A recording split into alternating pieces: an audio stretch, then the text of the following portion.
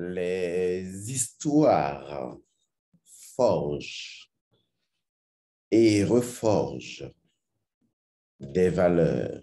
Les histoires nous rappellent des choses jadis oubliées, des choses que nous ne regardons plus, des choses auxquelles nous ne prêtons plus vraiment attention dans un monde de modernité et de modernisme accablant.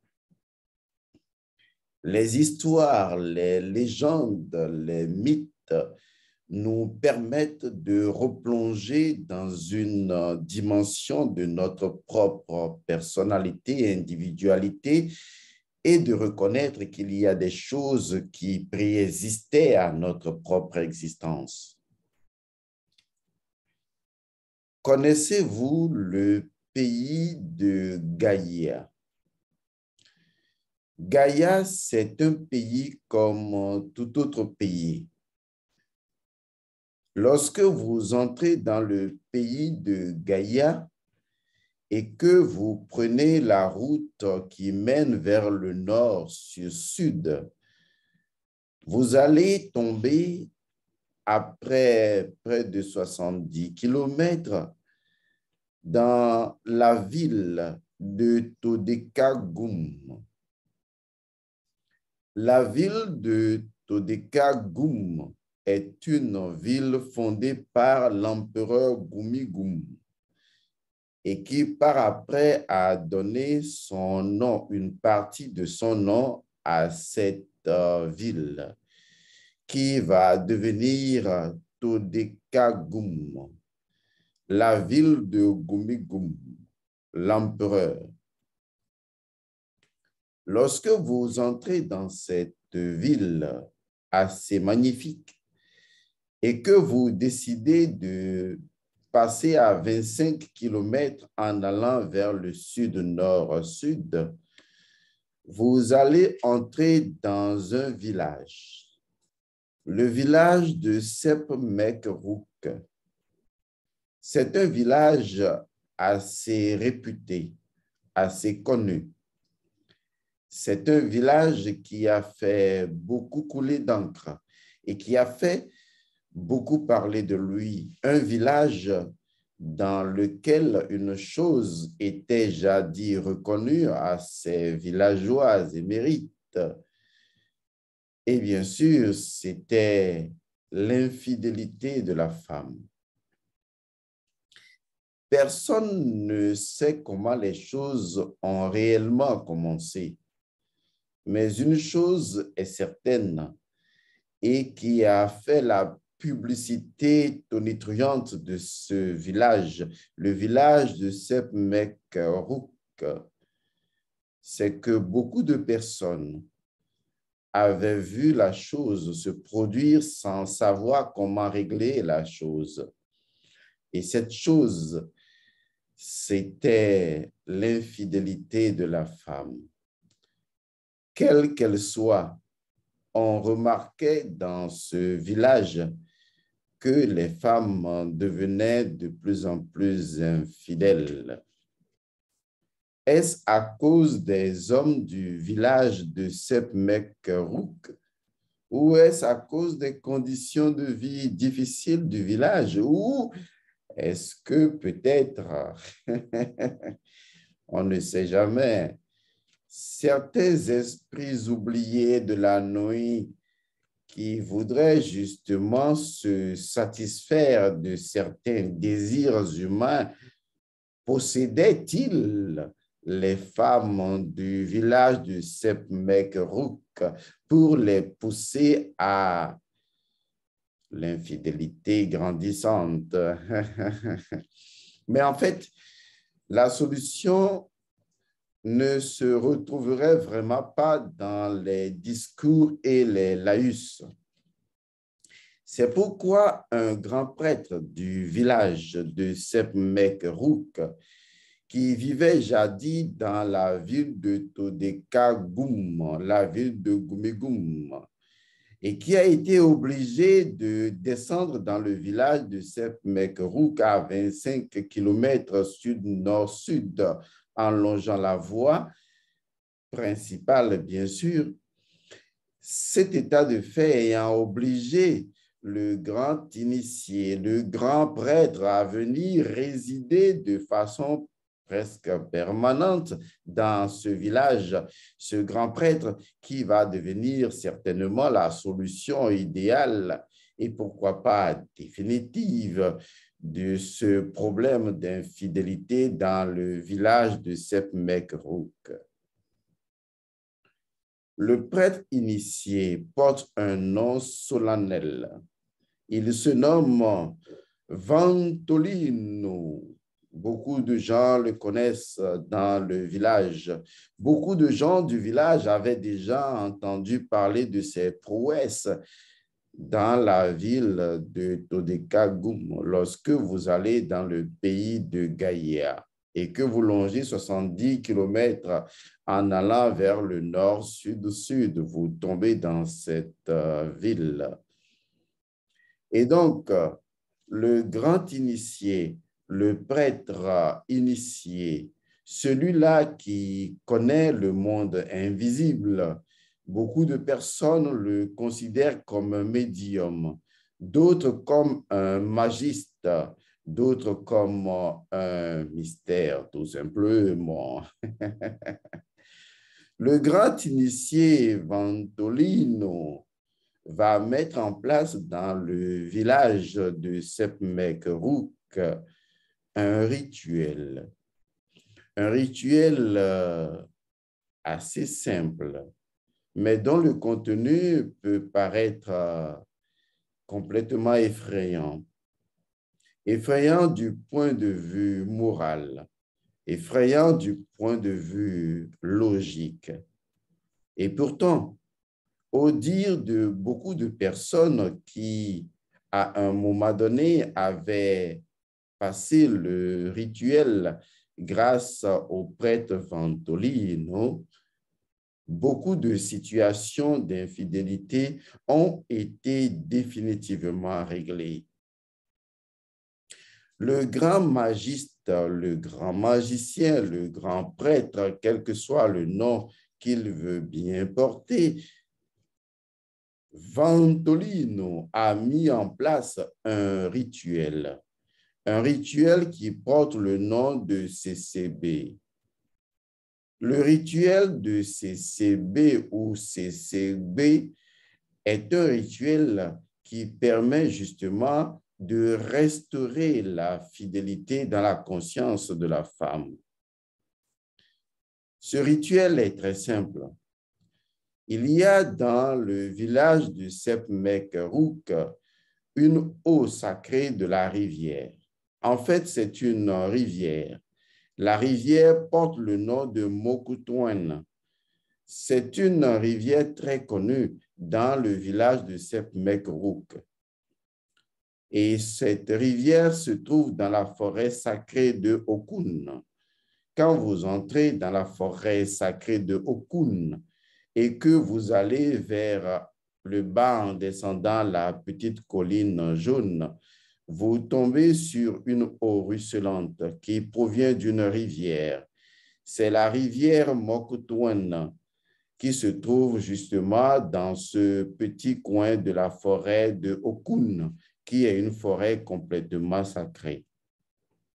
On raconte que la rivière a acquis son caractère sacré grâce à un initié qui serait, à un moment donné, amené à verser son sang dans cette rivière pour la rendre complètement sacrée. Et c'est ainsi que depuis que son sang fut versé dans cette eau, l'eau devint sacrée, la rivière devint complètement sacrée. Et donc, tous les villageois de Sepp-Mekerouk, lorsqu'ils vont dans la forêt sacrée pour prendre cette eau, savent très bien de conscience collective que cette eau est une entité vivante. Et donc, c'est avec cette eau que le grand magiste Ventolino va mettre en place un rituel, un rituel qui permet de restaurer définitivement la fidélité de la femme dans le village de Sekmegrouk, à 25 km en longeant la voie sud-nord-sud. En quoi consiste véritablement ce rituel? Pour ce que nous en savons en lisant les archives de la cité de Todekagoum, lorsque nous avons eu accès à ces informations, le peu que nous en avons recueilli, c'est que pour le grand magiste Ventolino, l'organe sexuel est une divinité. Et donc, il met en place un rituel qui permet à la femme de prononcer des incantations en se mettant devant le pénis de la femme et de ses deux témoins. Pour ce que nous avons lu dans les archives, nous avons été en contact d'une histoire, l'histoire qui concerne deux personnes, une dame et un monsieur. Le monsieur se nomme Tokolikoli. Tokolikoli est un homme qui voudrait assurer la fidélité spirituelle de sa femme Dame Kwesou. Et les deux, donc, avaient décidé, selon les archives, de se retrouver chez le grand magiste Ventolino pour pouvoir honorer ce grand rituel de Segbede grâce à l'eau sacrée de la rivière de Mokutwen dans la forêt sacrée de Okun. Et donc, dans la case de Ventolino, on remarque que les deux personnes, à savoir M. Tokolikoli et Mme Kwesou, s'étaient mis complètement nus. La femme était tout simplement agenouillée, l'homme debout. La femme agenouillée à la hauteur du pénis de l'homme, comme si le pénis était devenu subitement un autel avec des semi-prêtres, les testicules à côté observant la scène. Et donc, Dame Kwesou se retrouve devant cette instance, cette suprématie, et devra donc prononcer des paroles consacrées. Le rituel de Segbede du grand initié magiste Ventolino se déroule dans un cercle à l'intérieur duquel se trouvent deux triangles entrecroisés. Et donc, la femme occupant son triangle principe féminin et l'homme occupant son triangle principe masculin.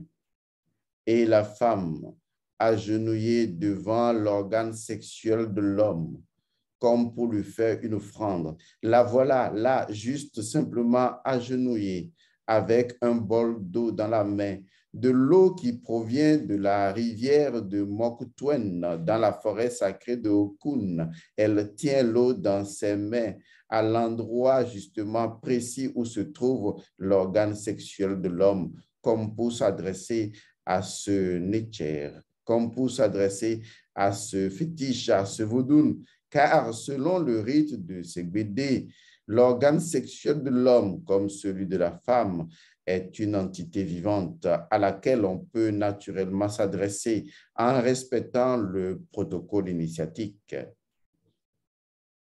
Et donc, Dame Kwesou se met devant cet organe sexuel dans cette géométrie sacrée, en présence du grand magiste qui a déjà organisé la cinématique spirituelle et sacrée de cette instance solennelle.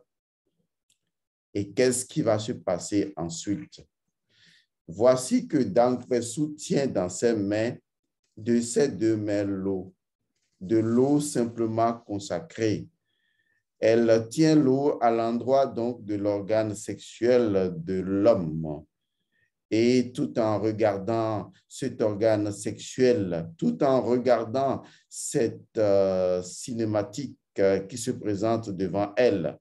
Elle va alors prononcer les paroles consacrées telles que indiquées par le grand prêtre Ventolino. Et voici précisément ce que prononce la femme. Ô Dieu et Seigneur des mânes de mes ancêtres, toi, créateur de toutes choses et donneur de vie,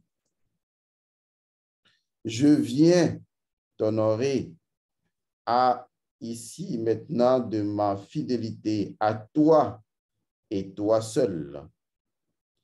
Dans ton sanctuaire saint des forces de la création, tu es mon seul roi et à toi seul je donne ma maison.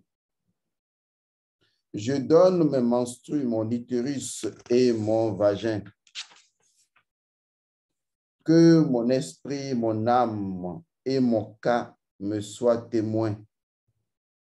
Que les puissances du haut et du bas, dont tu es l'unique, ordre, équilibre, harmonie, me soient ici maintenant témoins.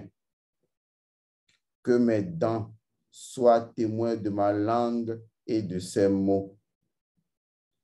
Que je, Pessou, resterai dans mes menstrues fidèles à toi, Tokoli Koli. Que personne, hormis toi, Tokoli Koli, ne connaîtra plus mon vagin. Que mon utérus est tien, ainsi que son énergie qui l'anime.